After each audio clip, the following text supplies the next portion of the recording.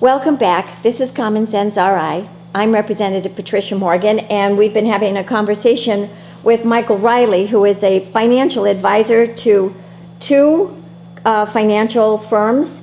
And you've done an awful lot of work studying our pension systems, both state and municipal, and also 38 studios. Yes.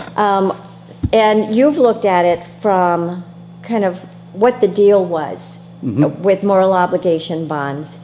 I want to kind of talk about 38 studio bonds in relationship to the new Garvey bonds that are going out. Garvey, for you folks that are listening, are the bonds that we say we're going to be getting money from the federal government. So we're going to borrow money based upon the fact that we're getting that money.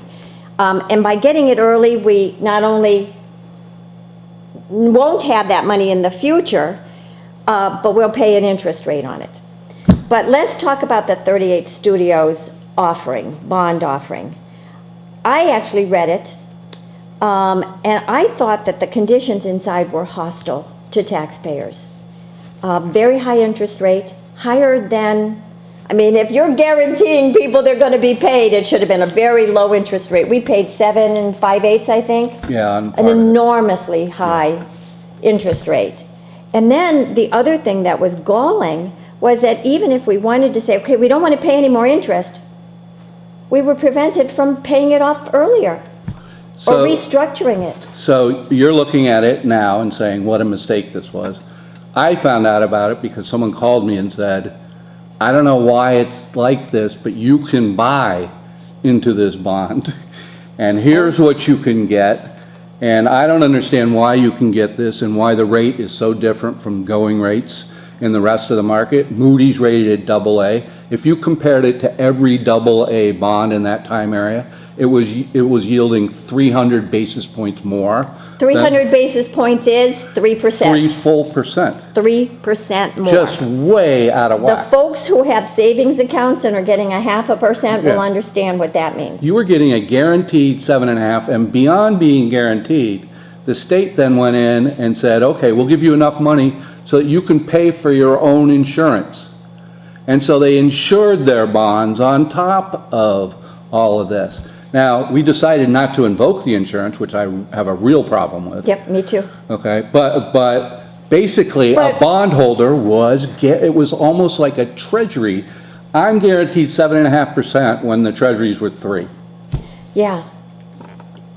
Enormously high interest rate Right. for a bond that was guaranteed, and we've seen in the paper just recently that that's what the people who were loaning the state the money thought. They said, we didn't even look at the company's spreadsheets because we knew we were going to get paid back, guaranteed. And that would be the instinct of an investor like me. But even beyond that, you know the common sense. If something is so good and it just can't be true. That was my attitude. I was afraid of it because I said, this can't possibly, there's got to be some way that I'm going to lose in the end. Yeah, because And so it was just too rich. it was wrong. How could Moody's rate it AA? How could it, at the same time they rate it AA, have it be a 7.7% yield? It just did not make any sense. So for me, now looking back at this, there had to be some sort of tomfoolery between the rating agency and the state, and I think that should be investigated. And we have to look at 38 Studios for all of the things that it did wrong. You mentioned one thing earlier about paying off early. All right, and so there's the other thing. Inside the conditions, it says they cannot be prepaid. So if I remember when this was happening in the General Assembly, I said, well, why don't we just find the money and pay it off? At least stop the interest rate. Stop that interest rate. Yeah. You cannot. By the conditions that are put in the offering, you cannot do it. You can't alter it because sometimes you can go and you can kind of like put out a second mortgage on it. Right, You take right. the same bonds, you make a different deal. Right. You Can't do you it. can refinance. Cannot is do what it. you're saying. Yeah. Refinance it. Well, this was a private placement. This was sent specifically to a group of institutions and individual investors who were told what the investment was, but who were also assured they couldn't lose money. They were literally assured they couldn't lose money. I don't know who said that to them, or who said that to Moody's, or who said it to anybody. It should never be said. I mean, Never. as an investment advisor, you could never say that. Right. But basically it was. And then we had our State House officials go and visit Moody's and so on and so forth, and give their personal guarantee. I believe Paiva Weed said it, a personal guarantee that we'll pay these off. That's is- when it became my moral obligation, and that disgusts me. Well, more than your moral obligation, your obligation. Yeah. Right? Right. Said right on the front of that document. Oh, it did. The citizens of Rhode Island do not have to pay this. It does say it, it's in a box. Right, It's actually bolded. Yeah, but that's so not that what you can see Paiva it. Weed said. No, it isn't. And it's probably all of that stuff which has prevented us from really having an investigation. I've called every year for an independent investigation, and it keeps getting shut down. But for me now, I mean, I'm going to continue to do it. Yeah. The SEC has come in. Funny, the SEC can investigate, and they can find wrongdoing. They actually are charging Wells Fargo and the Rhode Island EDC with fraud. That's the I think- Securities and Exchange Commission. Right, so that's the SEC. They govern the issuance of bonds. That's why I think Providence is violating the SEC, because they're misleading their investors. They're not giving the real Right, numbers. right. So why this is really troubling to me, I mean, it's troubling to me because we should never have had the 38 studios. We should not be continuing to pay it. And we should have a real investigation by somebody who is independent and can get to the bottom of it. Which is exactly what would happen if the insurance company stepped in. But- They'd hire somebody other than a Rhode Island General Assembly member or the Attorney General of Rhode Island. They would hire somebody outside and have a real investigation. But they won't do that unless we say we're not paying anymore. Right.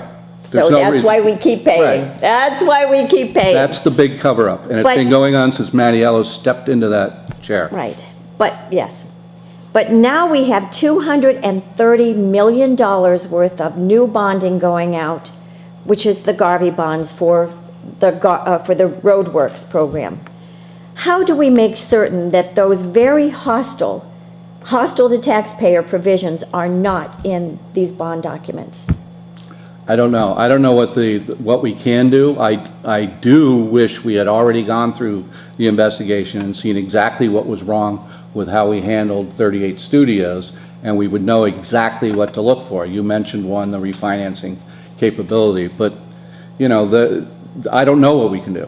I honestly don't. Yeah, we just have to One idea. make them give us the documents before they make the deal. Well, some people have said don't issue moral obligation bonds, and if Well, they're going and the to. Garvey is not going to be moral obligation, but still you But can the- write conditions into these bond documents that are not good for taxpayers, and I want to check it out, quite frankly. I don't trust them anymore. Well, yes, that's right. And again, I don't know the specifics of the Garvey bond, but another thing you can do is you can have a dollar amount. If we're going to raise in a bond offering a certain dollar amount, I want a citizen vote. I don't want to just go through the assembly and have it passed on. So if we have See, a, that's lack of trust. yeah, It is lack of trust. And that's where we're stuck in Rhode Island politics today. We'll see you next week.